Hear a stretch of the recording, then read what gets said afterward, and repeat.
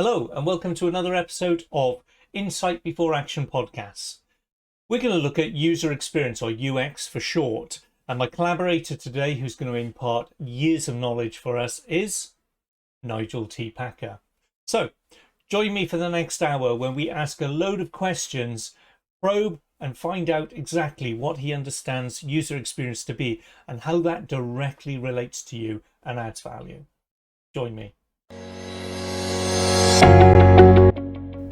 Winning new customers and retaining existing customers is getting harder. With higher expectations and the need to build a solid brand, we talk to business owners who share their journey, their knowledge, and more importantly, the value they wish to convey and share with you. So join me as we discover their speciality and identify the key elements to running a successful business.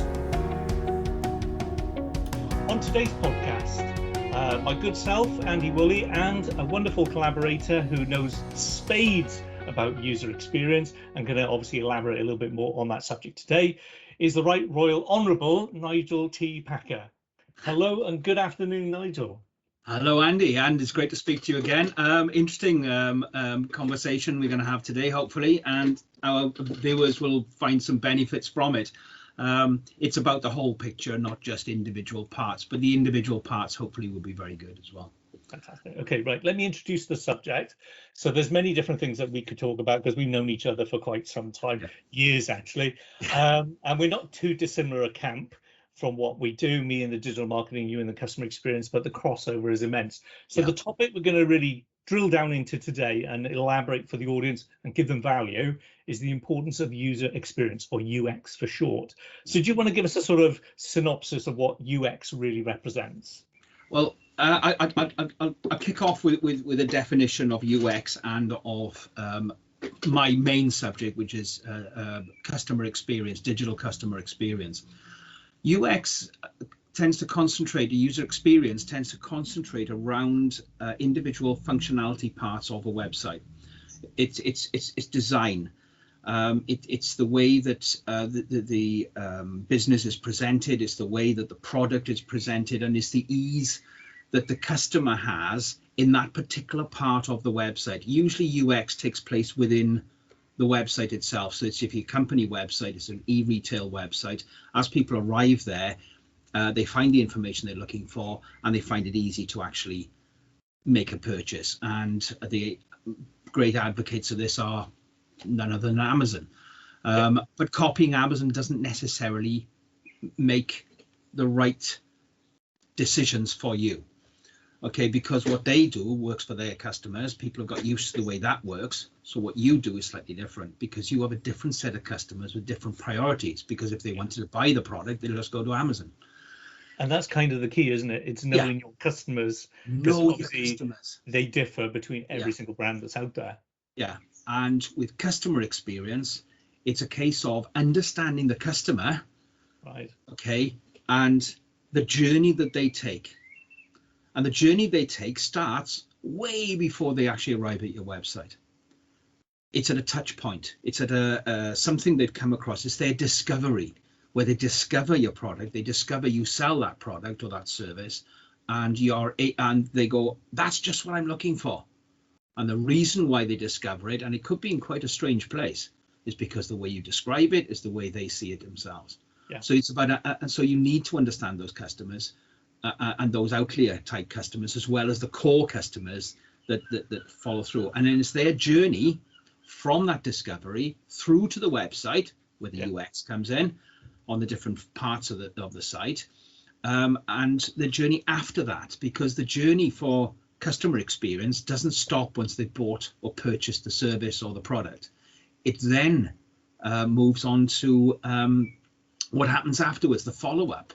Because so many companies, they sell a product and then that's it. We've done the job. That's it.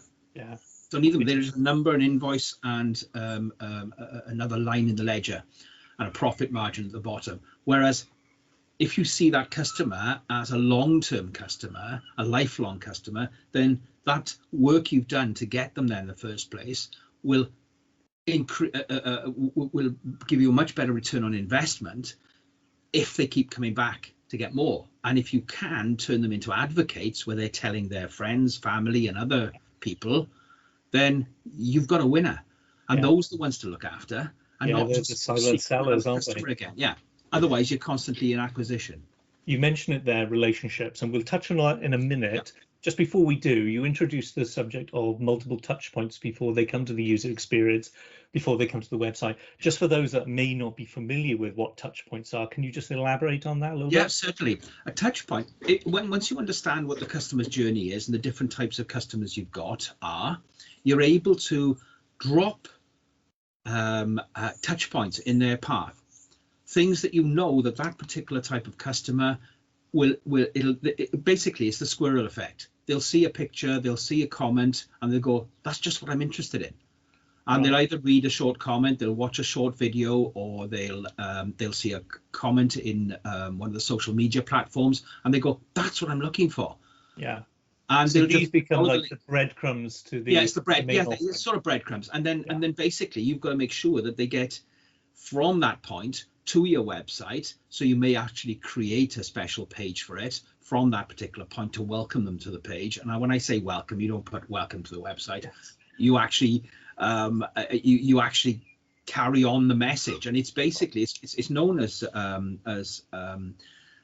information sent. Okay, and it's like, oh, and you click on that, it goes to that the next link, which hopefully will be into your website, but it's not to the home page. It's actually to the page that actually deals with what you promised in the first.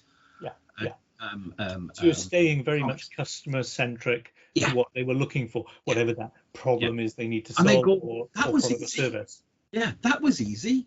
Yeah, and that it's the easy. It sounds that easy, but you and I know in reality there are so many websites out there devoid of this because they don't really understand the journey that customers are on.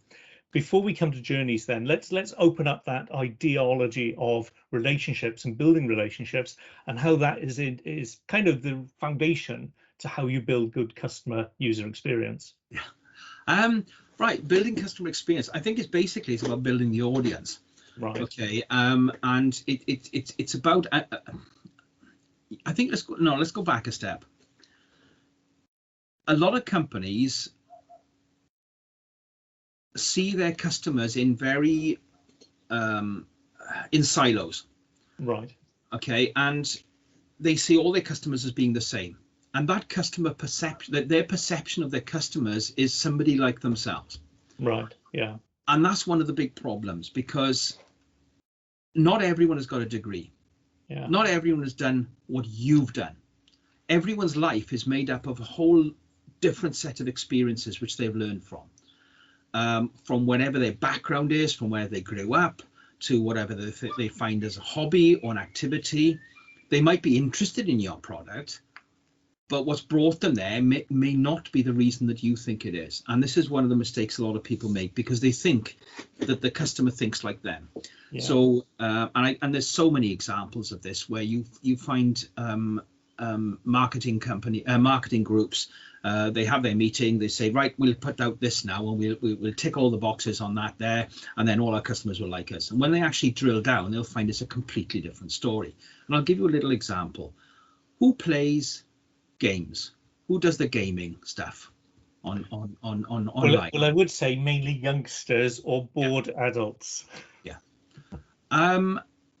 And this was the case of a client of mine who had set up a load of gaming sites, or they developed games, very simplistic games, but he developed games, and he was just putting them up so that he could get advertising revenue for his site. He wasn't selling them, they were just up there for people to play. And he had more and more chop and cut and kill type games coming on all the time. And he was seeing that his audience was declining, and he couldn't understand this. So he put more games up, which with more chop and cut and kill and maim and that sort of stuff. And then I spoke to him and said, well, who are your customers? Have you ever done any demographics of your customers? Have you ever tried to understand who your customers are? Yeah. And when we did the research, what we found was that his customers were actually made up of people over the age of 50. Right. who had a little bit of time to kill while they wait for the grandkids to turn up. They wanted to play a simplistic little game that did various other things. So I said, what you should be doing, because the youngsters are playing all the Death Race 5000 and Invasion 69 or whatever it is. I don't know what they call these days. Gods of War or Fortnite. Yeah, that's it. You know them. Yeah, I know. The sort of stuff that you youngsters play. And only because the little ones. Yeah, because the younger ones. Yeah, But I have no inclination. First player shooting games, not my thing. Yeah. And this is the thing about it, because once he started investigating, he realized that those sort of people, and he said the majority of them were women. Yeah. And so what he started doing then, he was creating much nicer, more fun games. Right. With houses and decorating and that sort of stuff. And they were all going for walks and identifying butterflies and all this sort of stuff. So they're much more gentle and things. His audience just increased dramatically, and that was about 2-3 years ago. So he'd gone through this low point, and he started building this audience because no one was catering for it. Yeah. And as a result of that, now his people selling advertising space, or the advertising space he's selling on his website now, is going through the roof. And also he's got a huge database of people where companies trying to sell to that demographic, that group of people, are paying him considerable amounts of money. So he's given up his full-time job. He now makes all his money online, and he spends all his time making these little games. Right. That people can play on their phones or on. So it's that insight that he's had into his brand that is basically it's given him the idea of where he's really resonating with his target audience. Yeah, who is your customer? And there's a good chance it's not who you think it is. Yeah. Right, so there's two aspects you talked about there. One, I know from what you're saying there, is identifying your audience, which we know is perceptual mapping. But also you talked about demographics. Just for those obviously watching this then, can you give a better idea of, like, if they wanted to do this for their own audience, what consists of demographics or segmentation specifically? There's two levels. There's the basic demographics, who they are, what their family group is, like married, 3 children, or partner and 2 children, or just a partner, what they do for a job, their income, their disposable income, roughly where they live. Do they live in urban or rural areas, that sort of stuff. And that gives you the demographic information. If you really want to dig down, and this is where the important part comes, you start creating backstories. You create a persona of that type of customer. Right. And it's a living document. It does more than just tell you what their disposable income is, where they work, how they get to work, do they have a car, that sort of stuff. It's much deeper than that. It's about what technology they use, what hobbies they've got, what type of person they are, outdoor, indoor, nightclub, and what are the sort of things they enjoy doing, because that helps you identify what sort of stories and what sort of content that you put up there to engage them. Okay. So if you're expressing then that it's not just the factual information like income and stuff like that, it's things like wants, needs, aspirations, which obviously make humans what are humans. What sort of processes can you put in place to ascertain that data, to give you a better idea of who's really your audience? Well, there are many places to get the information. You can buy it. Right. But then remember that data was sourced for another project, which happens to have your information coming out of it. You can use things like Google Analytics, because it gives you location of where your customers are coming from to come to your website. Right. And that is a brilliant tool. There's so much information that you can glean out of that. Yeah. There are other subjects like the language levels and what language they use to find your product, which is where SEO comes in. Yeah. And how they do it. But again, if you've done your persona right, you'll know that they either have, there's one group in that particular persona set, which will be students with university graduates. There'll be another set will be people who left school early, did an apprenticeship, grew up, acquired their knowledge after normal school, and have a different way of thinking. Yeah. Okay. And then you've got the disabled. And the thing is, you can add in subsets of each persona to take advantage of all the outliers. And again, each of those subsets will have a different set of questions. And that sort of information you can gather from your sales team. Yeah. Okay. Yeah. It's the ones where they get the phone call or the inquiry on the messenger on your website and that sort of thing. You can see what questions they ask, and what you'll find is there are about 10 different questions people ask. Well, up to 10. Yeah. Okay, and so if you can address those questions, one, they give you content to write Right. for your bombs that you drop in their hubs where those people are, Yeah. as touch points. And the other thing is about, that information needs to be put into the website, Yes. either as an FAQs page, because Google loves FAQs now. They used to hate them, but they love them now. And also in the content of the page, it saves people going to the FAQs page to ask those questions, or to try and find those questions. So you piqued me in. Sorry, go on. Yeah, this all contributes to your understanding of your customer. Okay. And also, when they have those questions, what are your answers? Because if you know what the questions are, and any good sales team will have sessions where they'll talk about the sort of regular questions they get asked, and they'll actually engineer a really good response to that. And it could be, well, you're a bit expensive, and that's the one that most people fear. But then, well, yeah, what price quality? Okay, you piqued my interest there with the 10 set of questions. Yeah. I don't want to put you on the back foot, Uh-huh. but can you give us an insight as to what those a percentage of those questions are? They're the obvious ones, so that people can use that then to find their audience and answer them for themselves. It is an all depends question. This is because it depends on the product or the service or what you're actually selling. But if it's, say, for instance, the one that always comes up is, that's a bit expensive. Right. Or how much does it cost? So price is obviously an indicator, isn't it? In some cases, it's not always, because the thing is, if you go onto the Harrods website, you don't expect to get it half price. You don't expect to get it for £1. Yeah. Like if you go on the Poundland website and they're selling stuff, you expect it for £1. Yeah. Okay, because that's their branding. That's the whole raison d'etre of them being in business.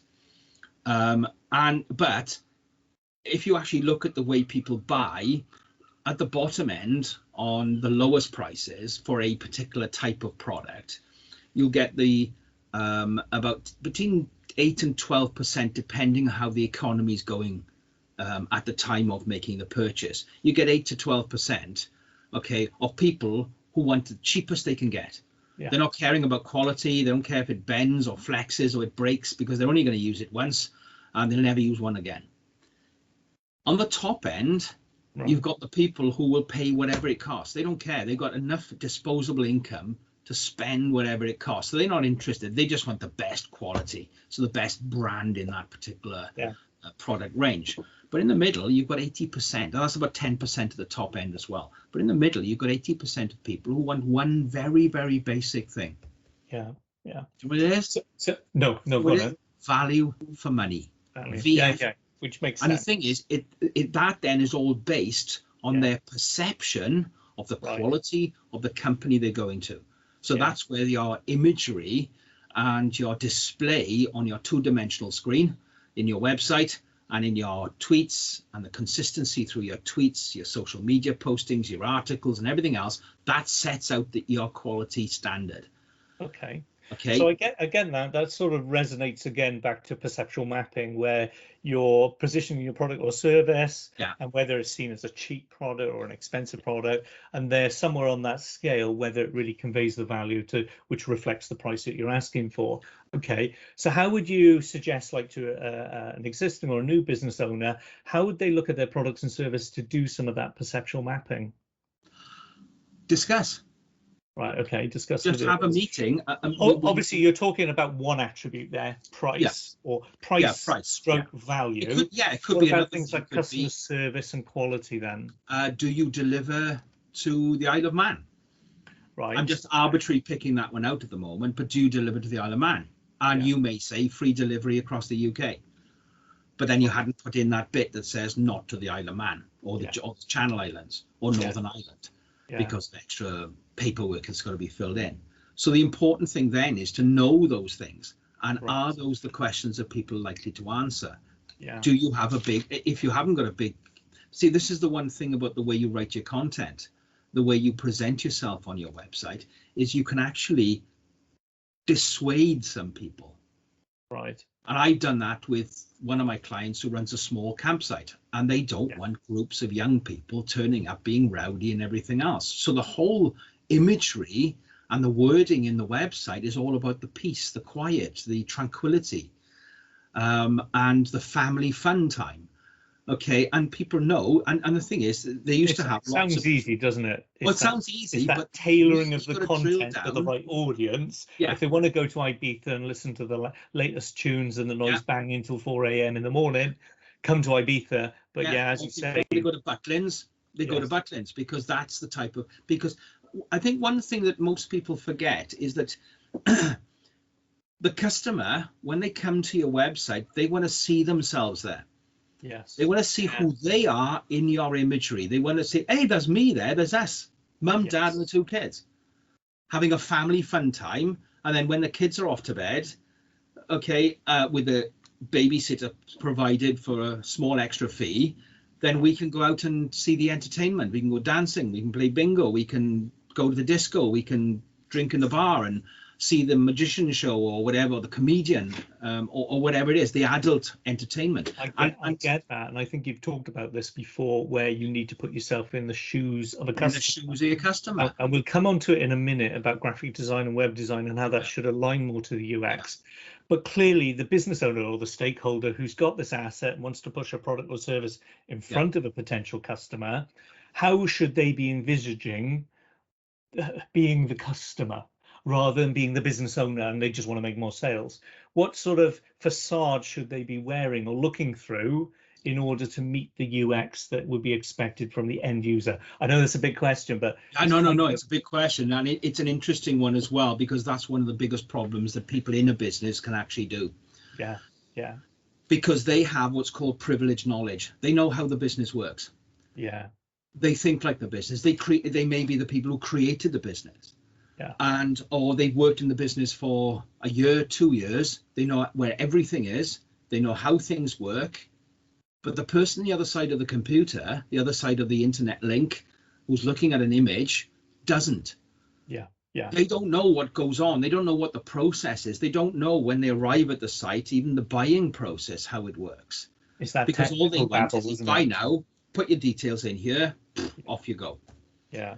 Okay, and this is interesting because one of the things, and this happened about 10 years ago with Amazon, they had a problem because they were getting lots of people getting to the payment point, and then they were all dropping out, and they couldn't realize why. And the reason for it, when they started asking questions, is that you had to create an account before you could purchase something. Right. Yeah. Okay, so what Amazon did, they didn't do a great deal. They just changed the word on the command button, create an account. Right. Okay, and they changed it to buy now. Yeah. So you clicked on it because what they found was there was only one thing that was missing, or the extra piece of information they required to create an account for someone, and that was a password. Yeah. Because all the other information was gathered in getting the address of the person. And do you know what changed their minds to make them do that? No. It was the fact that a number of their customers said, we don't want to form a relationship with you. Yeah. We just want to buy a book. Yeah, which I so can just see. Made it easier for them. Yeah. Okay, so then afterwards, once they'd made the purchase, they just had an extra screen that came up and said, would you like to form an account so it's easier for you next time you purchase? Yeah. Just put in an email address here and a password. And that's all they had to do extra, because they had to put the address in, the delivery address in, they had to put their credit card details in and everything else. So then Amazon could store that information. So next time they came along, they just logged in. Yeah. Okay, and you just do that with a save details on your Chrome browser or whatever it was. And you went to Amazon, you were already logged in because that's what Chrome did for you. And you just had to just click buy now. Yeah. And you know how much much become that easy, isn't it? Yeah, it's that easy. And because they've got all your delivery, unless you want to change the delivery address. Almost feels like you're not spending money. Yeah, exactly. I know. Because they've made it that easy. Yeah. And it's like, you Google something and all of a sudden a display advert comes up, and 9 times out of 10, Amazon's somewhere in the feed. Click, job done. I'll have that in the basket, pay, job done. And it is so effortless, Yeah. which don't get me wrong, is very good user Yeah. experience in Yeah. play, and that's They, obviously taken a lot of time to refine. yeah.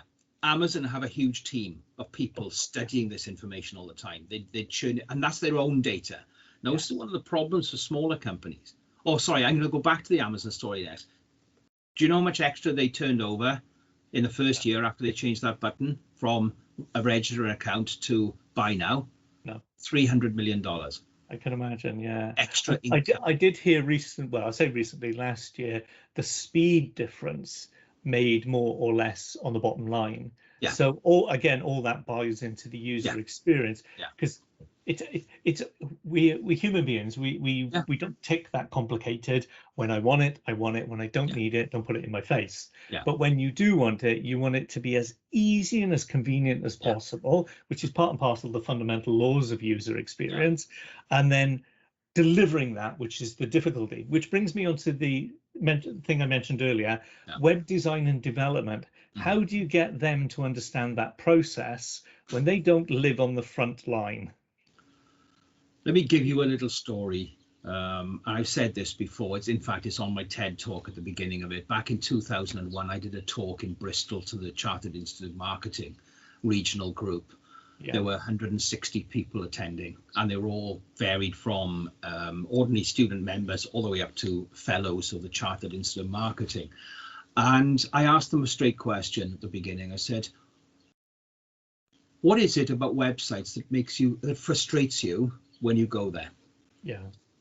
Okay, and this is 2001. This is 20 years ago. And hands went up, and I said, shout them out, and we'll write them on a flip chart. And I wrote them out on the flip chart, and there were 10 answers given. I stopped it at that point. There were other ones, but that was the 10 that I kept. Yeah. And I've asked this question hundreds of times since then to business audiences from Lisbon in Portugal to Budapest in Hungary, to Paris, to Rome, and also around the UK as well. And even today, they come up with the same answers, the same 10 things. Too much information, too little information, no prices, can't find out where they're based. Simple little things for trust, and contact details missing or hard to find. Everything that makes people's lives difficult.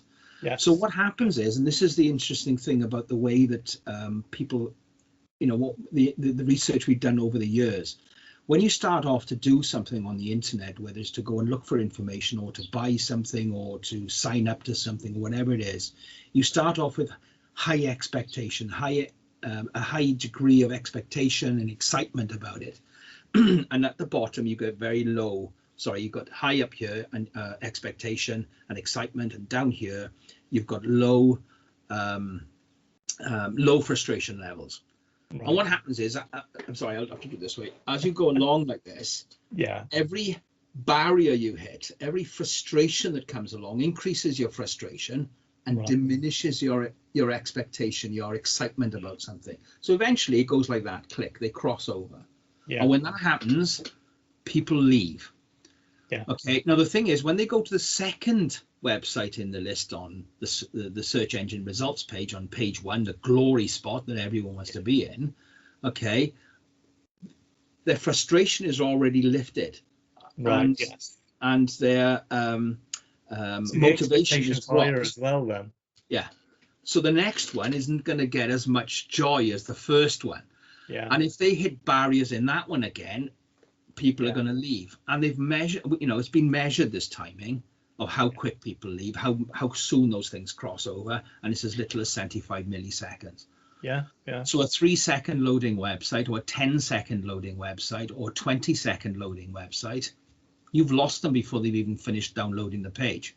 Okay, and so that's an aspect of design. And this is the thing, as we're saying, these 10 things that people keep saying all the time in these questions that I do, and this is live audience reaction now.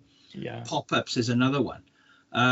What happens is, what it says is that over the years, even though we've got much faster technology, we've got more efficient widgets, we've got more ways of demonstrating and displaying our information, people are still complaining about the same things. The people haven't changed, the technology has, but the people who design it and put it up there are still working on 1995 to 2000 design principles. They haven't moved on, except people like Amazon, eBay, all the ones who've got the wealth to be able to invest in customer experience departments and user experience departments, attached to the design companies. Plus, they've got this huge amount of data coming back in. And this is one of the weaknesses of small businesses. You might have a lovely small business with some fantastic products, and you've had an expensive website built, but you still only get 100 customers a week. And they might all buy. Okay, so let me stop you there. Just one more thing. They might all buy, but the problem is you don't gather enough data to justify all the AI systems and stuff that people like Amazon and eBay and Google and Facebook have got. And I totally agree with you. They're in a different ballpark. So for the audience that are watching this, our business startups, our existing businesses, they're probably listening to you now and thinking, you're absolutely right, totally get that, but I'm not Amazon. How can they gain that market advantage then? Well, I'm writing a book about the subject at the moment, so they can buy that in about 6 months' time. But in the meantime, they need to just get their marketing team and their sales team together and to actually discuss it and to identify who's their ideal customer. Okay, and those and remember, there's a couple of fundamentals here. Remember that whilst everyone is capable of buying your product, not everybody wants to. True. Yeah. Okay, so you've got to find out who are the ones who do want to buy it. Why do they want to buy it? And you have to ask yourself these questions about your customers, and then create a hypothesis. Right. And then do your questionnaire to your customers. And when you do a questionnaire, don't just write out a list of questions and put it up on one of the survey monkey or something like that. Actually phone the customer up and talk to them. Right. So you're talking about buyer personas there. And obviously, as we know, and hopefully the audience do as well, you tend to have more than one buyer persona for any brand, because you have that diversity, and you mentioned it earlier through the demographics. So how would you suggest that they write that? Yes, they can talk to the audience, but how do they get started with a concept, piece of paper and a pen? How do they sit down and start writing out these buyer personas?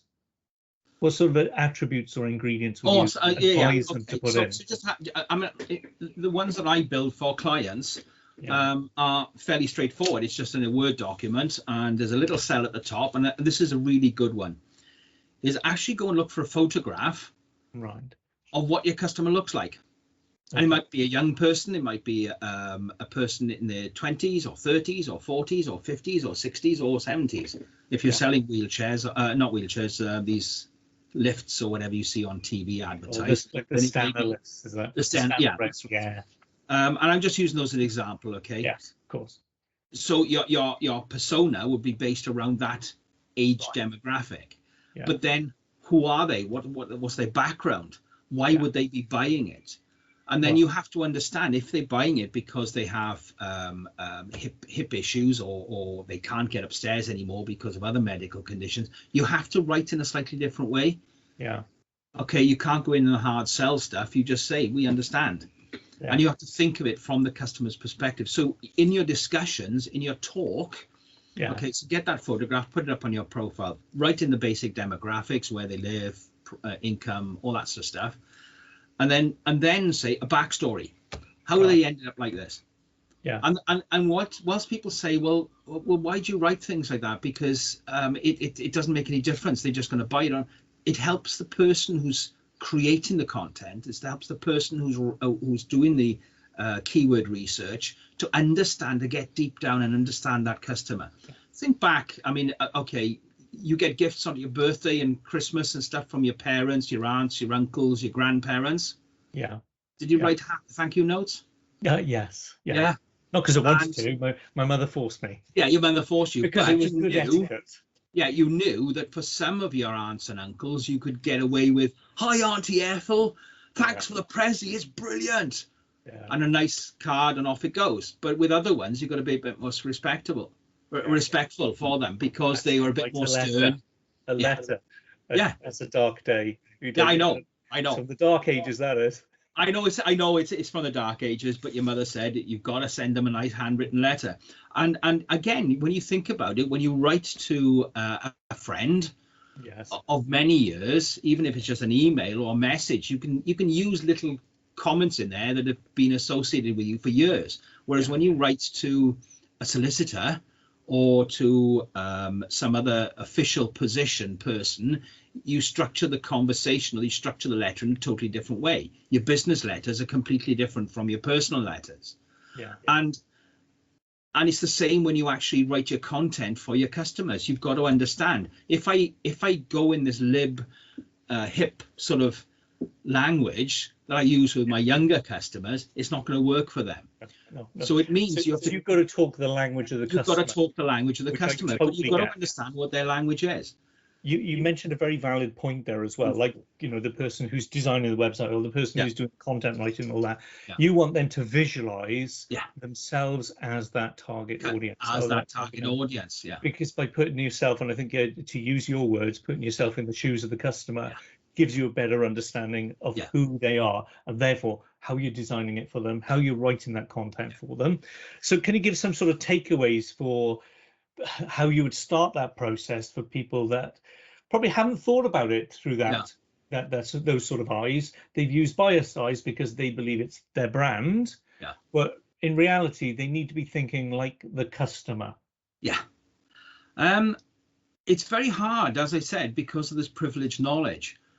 It's very hard to understand what it feels like not to know, and it's hard to remember what it was like before you got involved with a business or a product or a service, what it was like not to know about it.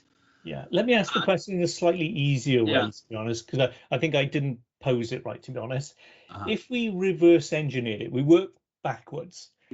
We get the sale, we've got the advocate, brilliant. Okay, but then how do we work ourselves back to the individual milestones or touch points that we need to be then building that up, so we have the complete picture of the customer journey? How would you work back then from that? It gets more complicated,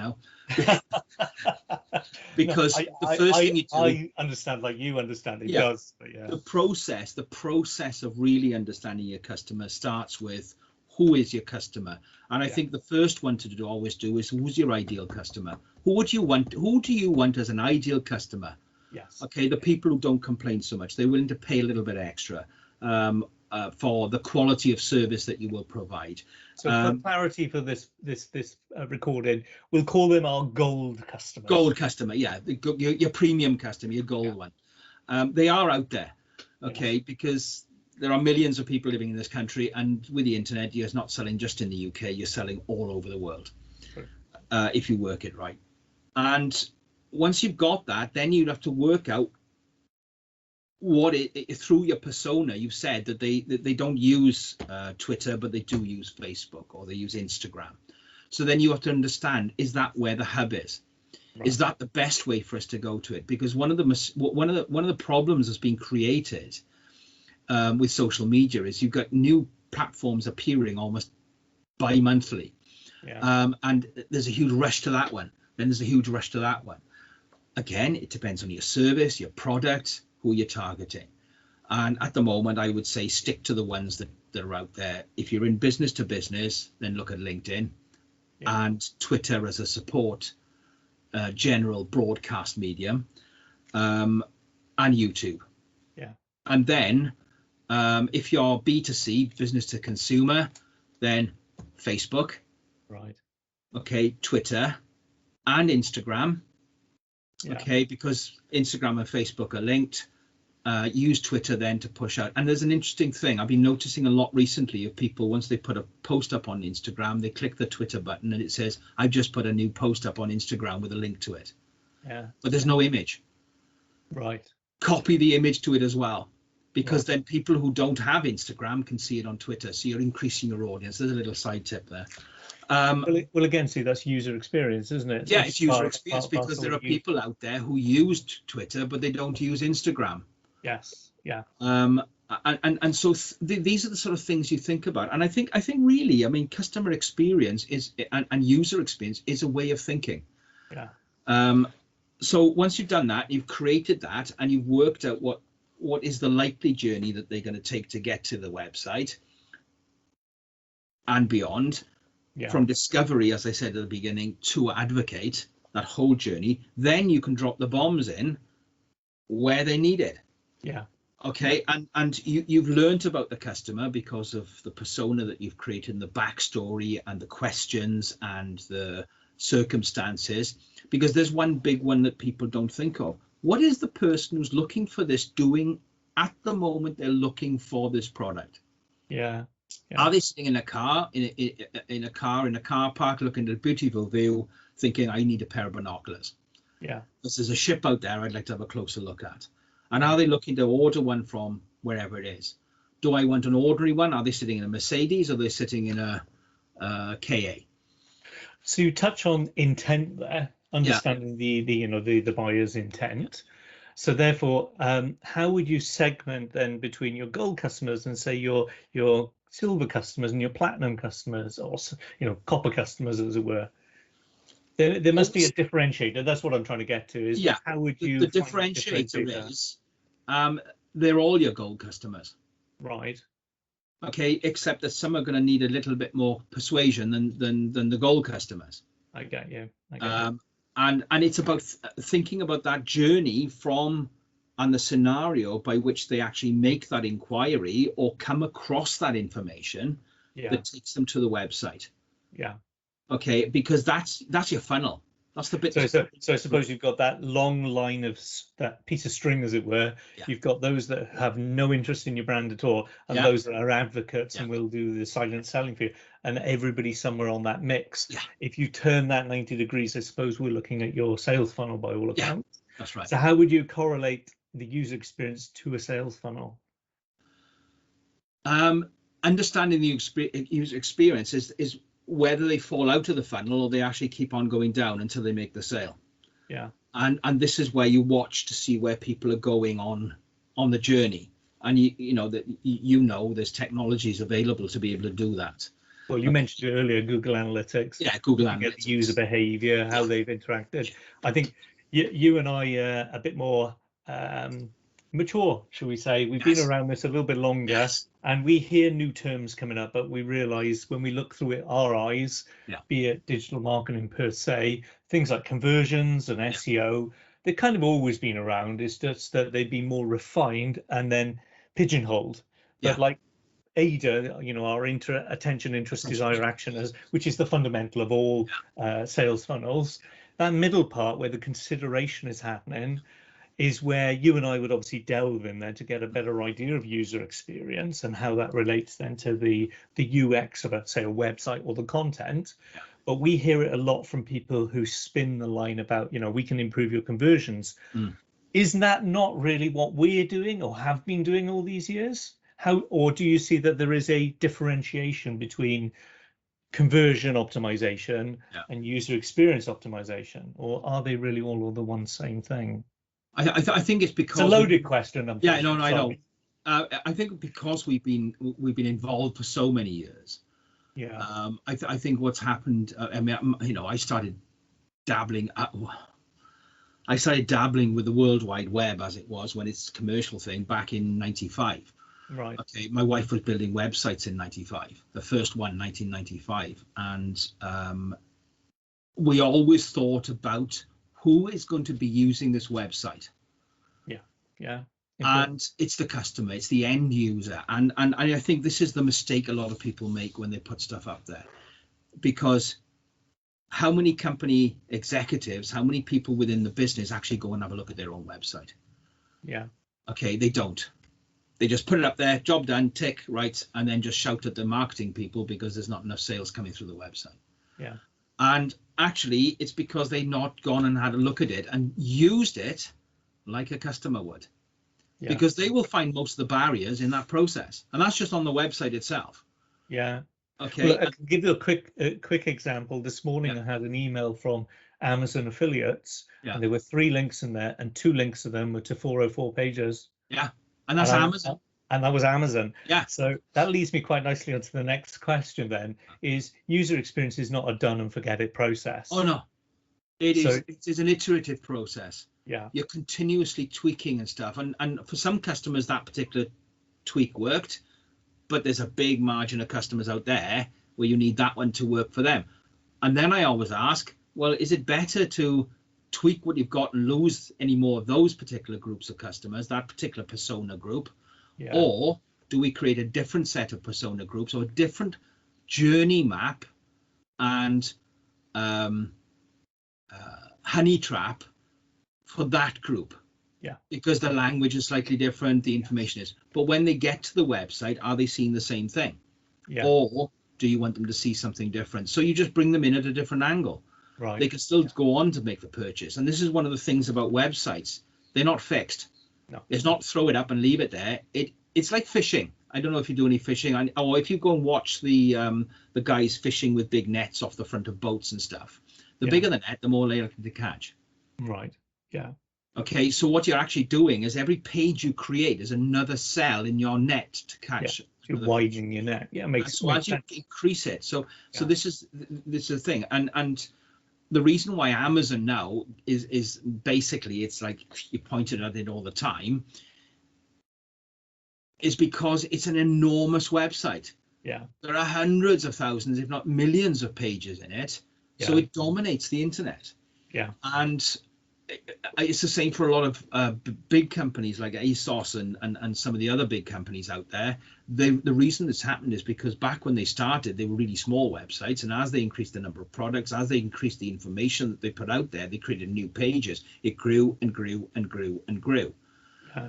Okay, so now it's a huge net to catch everything. And then once you take into account all the different languages they put it out in, okay, and it just blows your mind. And the thing is, it's not like a department store. Yeah. Where you're walking down the street, or a shop in the high street. You're walking down the street and you come to the front entrance and you go in through the front entrance, and then you follow a procedure. You go to the local supermarket. You go in, you come to the vegetables first. Oh, no, actually, the first part is the reception, the little kiosk there selling cigarettes and other bits and pieces, and lottery tickets. Then you go to the next to that. Then they put the fast purchase stuff like sandwiches and quick snacks and that sort of stuff. And then you get into the vegetable patch, and then you go around and they make you walk all the way through. Yeah. It's not like a website. A website, every page is a new door to get into the website. True. Yeah. Yeah. Yeah. You only have to follow the path when you're leaving. Right. I have two questions there then. You touched on it briefly, multivariant testing, or basically creating the right content for different audience. Yeah. Now that harks back to the days of the right message to the right audience at the right time. It's the 101 of traditional marketing, which has been around for decades. I just see how it's been respun for new technologies, but we kind of know shiny new objects, but basically they're fundamental things that are in place. So my question to you about the multivariant testing is how would you advise a business owner then to apply that they understand, if I've created this version, I need to create another version, and then how do I correlate between the two to see whether something was better or worse? It's about keeping records. It's about looking at your data coming in from your Google Analytics and also your own data to see which people came in, went on, and you can see this in Google. You can set up the pathways within the website, so when you can see where they've come in from, because you've got a campaign running on that one. Now, this is very technical stuff now, and not everyone's. But to be fair, I think what you're talking about there is benchmarking. Yeah, so benchmarking. You're always start with the benchmark. Everything, like you, Andy, everything you start off with as a benchmark. Yeah. Because if you from don't our perspective, from our perspective, it's when the client turns around and says, "Well, we haven't seen any more sales." Or there's not more people. How many more people are we getting to the website? You can actually say, well, that's what it was like on day 1, and this is what it's like on day 25. Yeah. And they can see the difference. They go, oh, great. So they carry on. And it's marketing done in that for us. Funny enough, I have an audit to do with a client this week. Yeah. And they've been paying for a PPC company to obviously get them sales because there's a product they sell.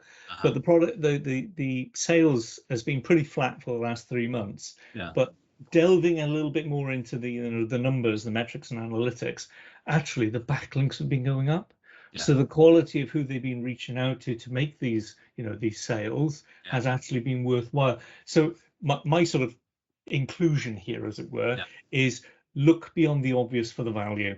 Yeah. It isn't always just the bottom line. Exactly. And I think that I've been guilty of that, and I think I've seen that with a lot of business owners. I spend X amount, I expect to see a return on investment. Yes, but you don't always know how that's going to translate to the bottom line, and in what ways.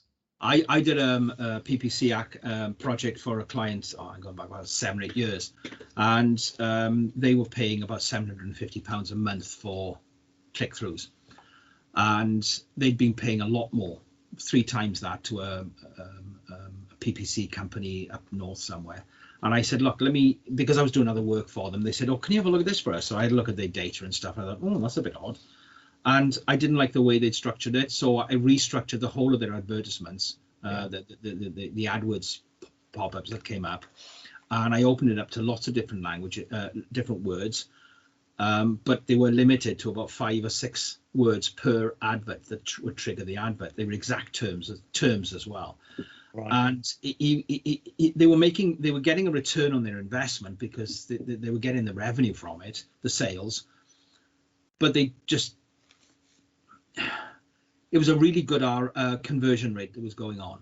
But the interesting thing was, he said, but I want more, I want more, I want more. I said, no, don't. There's another thing you haven't looked at here. Yeah. We are getting 7 million impressions a month. Yeah. Whenever people look for your particular service. Yeah. You're making money from it. Admittedly, you're getting a return on investment, but you're also getting another benefit. You are really irritating everyone else in your industry because you're always there. Yeah.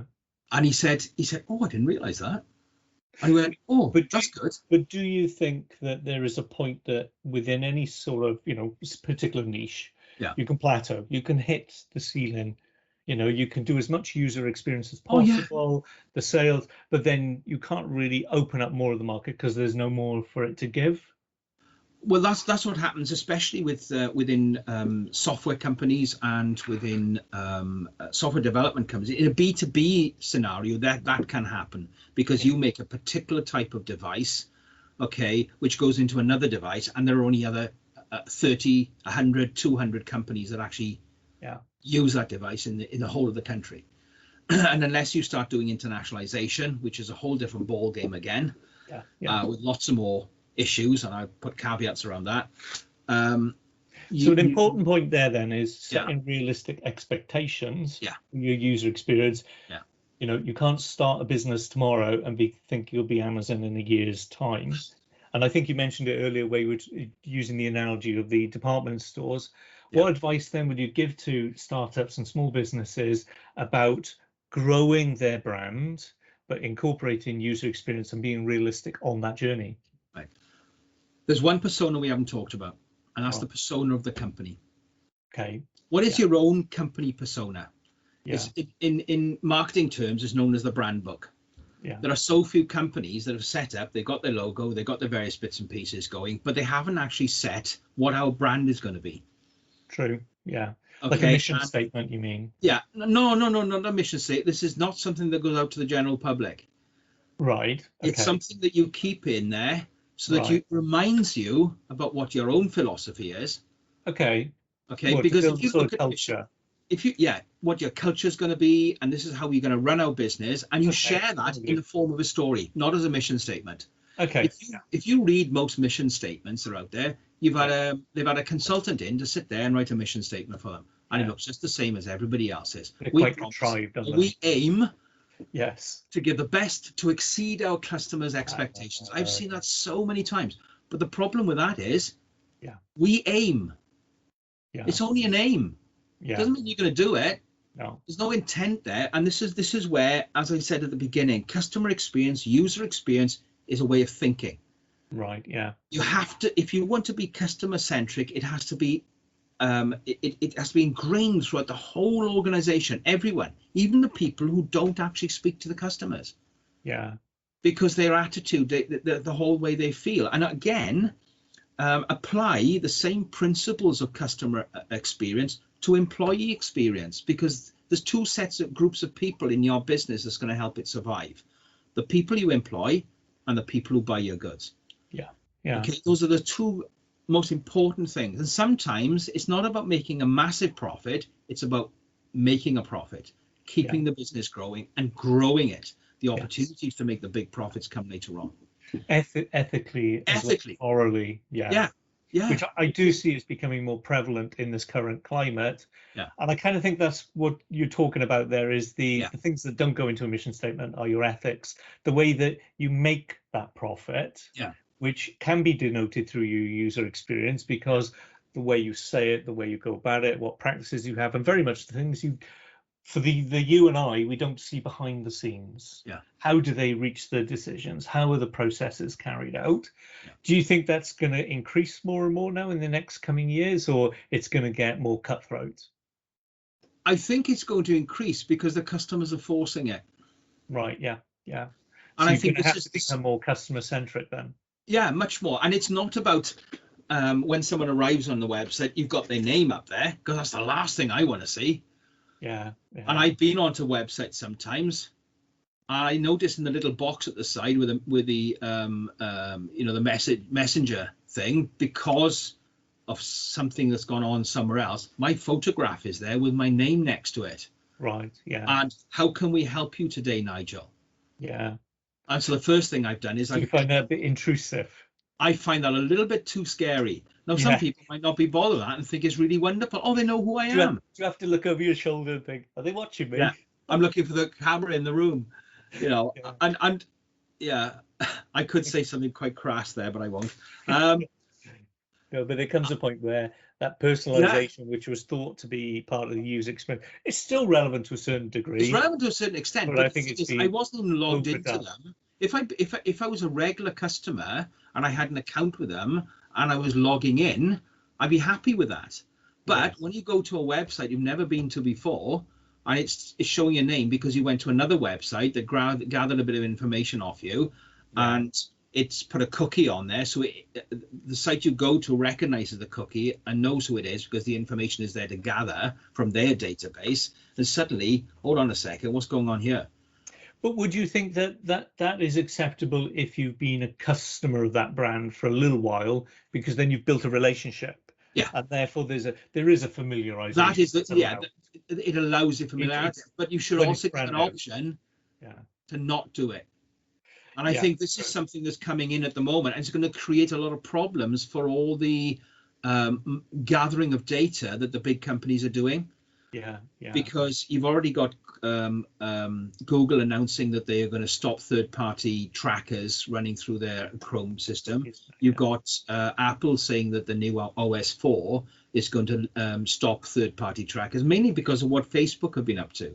So the big guys are now fighting amongst themselves for the data, because the data is the bit that's valuable. Amazon make as much money from their data as they do from the things that they sell through their platform. But I think consumers have become a lot more savvy as well. Yeah, as they're getting older, they're becoming more savvy, and they I don't like this. I've had enough of this now. Yeah. And I think there will be a swing back, because it's always about pendulums. Slightly off track then. Yeah, sorry. No, slightly off track. But it is part of the customer experience. One of the questions I'm going to ask you now. Oh, right. Obviously, data being as prevalent as what it is, and I can't see that ever disappearing, because we use it to inform and educate us. But a digital footprint then, which kind of harks a little bit back to a user experience, because you can use that to create your personal brand, be it on social media and having a website. How do you see that evolving over the next couple of years? I think legislation will come in to limit it to a certain extent. I mean, look, I don't think I'm speaking out of turn here to say that emails and our activities on the internet have been tracked and traced for the last 10 years. Okay, GCHQ has probably been doing it a lot longer than that. And we, let's be realistic about it. Yeah, that's happening. Okay, that includes our personal emails. But I think in the openness of what's going on, people are starting to get a little jittery about it. because they're suddenly, because who has access to that information? True. And this is where you're seeing a lot of people now hauling back. This is where GDPR is coming in and becoming more effective. And it's about how much do you want of your life exposed to everybody. Yeah, and the difficulty, I think. Exposure is a very good word. Yeah, because we all have a public facing, in the sense that we fill out this questionnaire, that consensus, and you can't live under a stone any longer. It's physically impossible. But when you want to pull back for privacy, you can get rid of the phone. Yeah, but if you want to pull back for privacy, you kind of need to play the game a little bit. Yeah. So okay, so bringing that subject more on track for the startup and the small business. Where would you propose for them to go and get useful data that's going to benefit their user experience? Because they're not in the realms of Amazon. Okay. You mentioned Google Analytics already. Yeah, Google Analytics, that's the first one. There are a number of other products out there which they can look for. Some of them are freemium. You get a free basic section, and you can get enough information from that. And that's, like we've discussed many times, you've got all the things like, come on, you can say these ones now, for keyword analysis and that. Yeah, you've got SEMrush, Ahrefs, Moz, Hotjar, Crazy. There's tons of tools. There's tons of tools out there. Some of them depends what question is posed, doesn't it? Yeah. And that helps you to understand how people are finding various your competitor websites and things like that, and even your own. Yeah.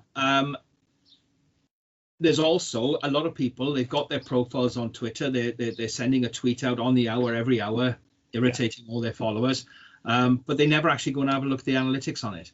And there's some really good, rich information in there to show where you're being exposed to, what direction it's going in, who the customers are. And again, once you've got an audience, you leverage. Yeah. Okay, because they might not. Let me press you on that then. Yeah. I know Twitter's your bag, and obviously you've got your analytics in there. Yeah. How have you personally used that then to service your brand? Right, Twitter, for instance, I know there's a lot of business-to-business people out there. There's a lot of other stuff out there as well. And one of there's two types of Twitter account for business clients. The ones I'm after are the ones who actually run the business. Right. Yeah. Okay. I'm also nudging, or looking at, in the way that I nudge the people who actually work the Twitter account. Now, what you find is most of those who work the Twitter account are youngsters. Yeah. Okay. They're marketing. They don't actually understand the business. They've just been brought in because they're very good at using Twitter. Yeah. Okay. You're young, so you should be able to use it. Yeah. Okay, but they don't understand the way the business works, and we saw that recently with one company. I can't remember the name now. Big global company, and their young Twitter person had put out some tweet saying we're not going to advertise with another brand, a news channel or something or other, because then they said a lot of things, and basically that's not what they were saying.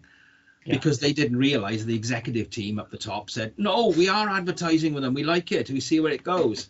Yeah. Okay. Because they were getting a kickback. They were being burned basically by people who supported that particular TV channel TV channel. So whilst they get young people in to do those things, they don't understand it. But the problem is that those aren't your target. Those aren't my target audience. They are the people I want to train. Yeah. Okay. But you need to they can't make that decision. Yeah, they've got to sell. I think I need this training. Let's talk to that. They go back to the HR department and say, I need training in this. This guy can supply it. And that's the nudge bit. And it's the same with everything else. But you've got to think it through. Yeah. I've sat down. I worked out what the customer journey for that person is, and also what the customer journey is for those business owners who actually do their own tweeting. Yeah. Yeah. And you'd be surprised. There's a lot of them in the States who do it. Yeah. Because they want to be hands-on. And this is a comment was made this morning. Even though you're writing a book, Nigel, okay, it's so great that you make yourself available through Twitter. Yeah. Because that's how you build your personality audience up. Yeah. Because it's not just me they're buying. It's not my products they're buying and my services.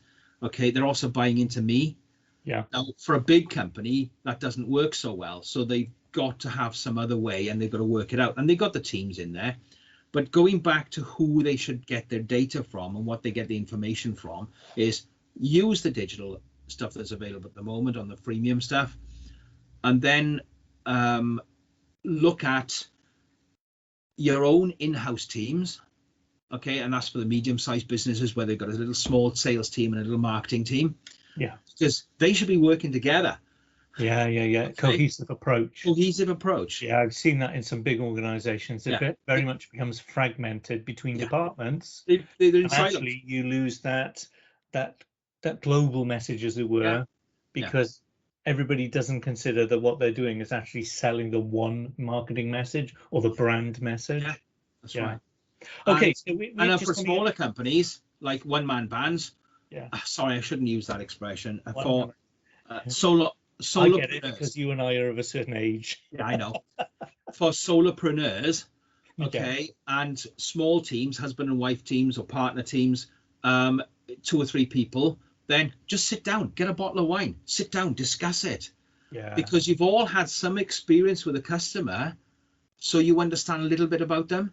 And then if it's a customer group that you've never been after before, but you know there's opportunity there, then that's the point at which you start thinking about, well, let's create a hypothesis of what this persona looks like. Yeah. Okay. Yeah. And then build up some of the questions you can actually answer straight away. Yeah. Okay. And think about what it is you have to put in place to ensure you capture the people who would be interested in your product, who would want to buy, the ones who want to buy first, who are on the way to the journey to buying, and then the ones who don't even know you exist, because there are far more people out there who don't know you exist than actually do.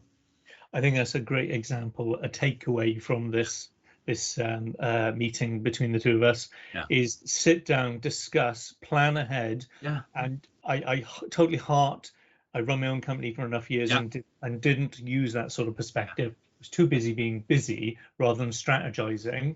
But using that example and just working through it, I think is probably a very good, strong takeaway from this. Get some insights before you take action. Yeah, I thought you perfect. No, I like that one.